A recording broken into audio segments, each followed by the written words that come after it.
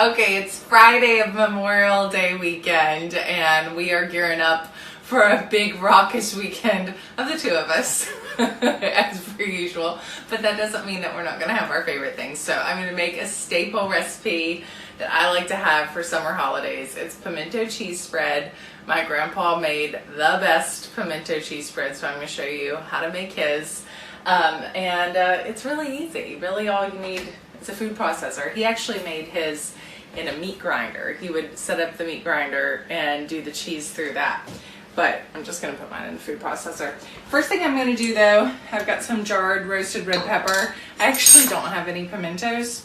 I knew I wanted to make this, and when I did my last grocery delivery, I tried to order them and couldn't get any. So I'm just going to put a couple in the food processor right now of the jarred roasted red bell pepper and chop them up real quick.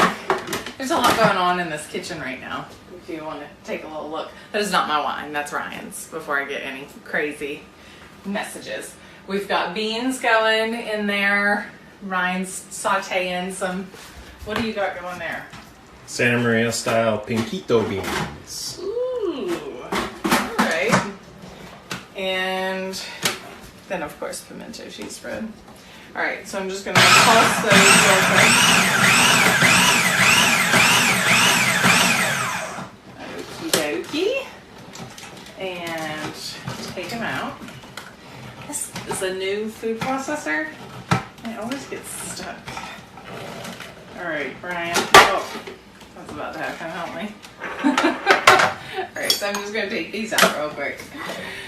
My grandpa would do his pimento cheese, and I'll never forget one time he made it for me. I was home from college, and he made me a jar of it to take back to school with me, and I had put it in the trunk of the car and got back to school and I forgot to take it out of the trunk, and the next day I found it and I was so sad because it has mayonnaise in it, so you can't have it if it's been out of refrigeration for that long, and I still think about it. For some reason it still makes me sad. Alright, so I've got sharp cheddar cheese here. By the way, I'm putting this recipe in the caption.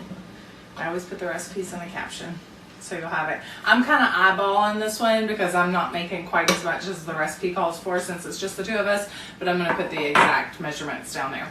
Alright, so those are cubed up. You can also use already shredded cheese, but I like doing the kind that comes in the block a little bit better.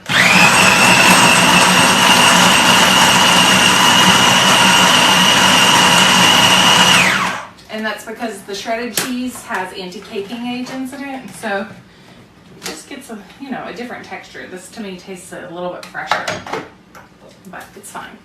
All right, mayonnaise.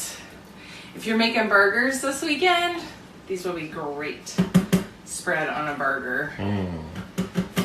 We're gonna have hot dogs because that's what we have in the freezer. Chili dogs. Chili dogs. We're making chili dogs. I'm gonna make some coleslaw too because that's how we do it where I'm from. You put chili and yellow mustard and coleslaw on your hot dog. All of it. All right, now a little onion powder.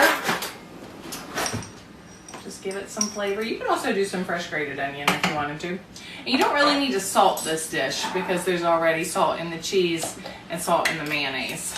And then I'm going to put some pickle relish, and this just kind of sweetens the whole thing up. I like a good amount of pickle relish in there. And a few dashes of hot sauce, whatever kind you like. And I'm going to put a little pepper in. And put the top back on. And blend it till it's smooth.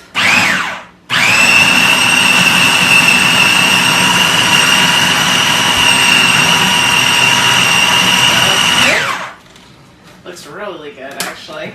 Anybody who is from one of the southern states, I'm sure their family has a pimento cheese recipe. Some people put cream cheese in theirs, but I like just doing cheddar cheese. And you can really use any kind of cheese, like any hard cheese is really good in this. Like I've done it. You just added the pepper back into it? Oh yeah, I added the bell pepper back in there. I'm just going to pulse it real quick. But have made this with a combo before. Like if you want to do like white cheddar and goat cheese, that's delicious too. And then serve it with crackers. Oh, here we go. Yep, this looks good. Take a look in there. Uh-huh. That's what I'm talking about. This is gonna be a little hors d'oeuvre for tonight. Eat this through the weekend. I'm realizing the last recipe of my grandpa's that I shared with you all was his grilled cheese, so which he uses mayonnaise in. So I guess we're seeing a theme here in Grandpa's recipes. He used a lot of cheese and mayonnaise. Oh. Who does that sound like? Not that far off from you. Not that far off. It's a food category in its own in West Virginia. I like what I like. What can I say? All right, so here it is. I like to serve it with some crackers.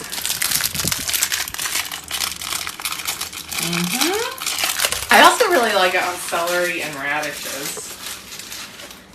Okay, let's get in there. I mean, it's not much. That one, please. That beats that. Oh my god, I love it. I especially like using a sharp cheddar because it has a little bit of a bite to it. And the mayonnaise makes it so creamy. Little sweet pickle relish, little tiny hint of the onion powder. Do yourself a favor and make this weekend if you have the stuff in your fridge. And just kind of improvise. If you don't have the red bell pepper, if you don't have pimentos, it's still going to be good without it. It's cheese and mayonnaise. So I'm going to just keep feeding this thing and letting it get bigger. This kid's going to come out loving cheese and mayonnaise. All right. See you later.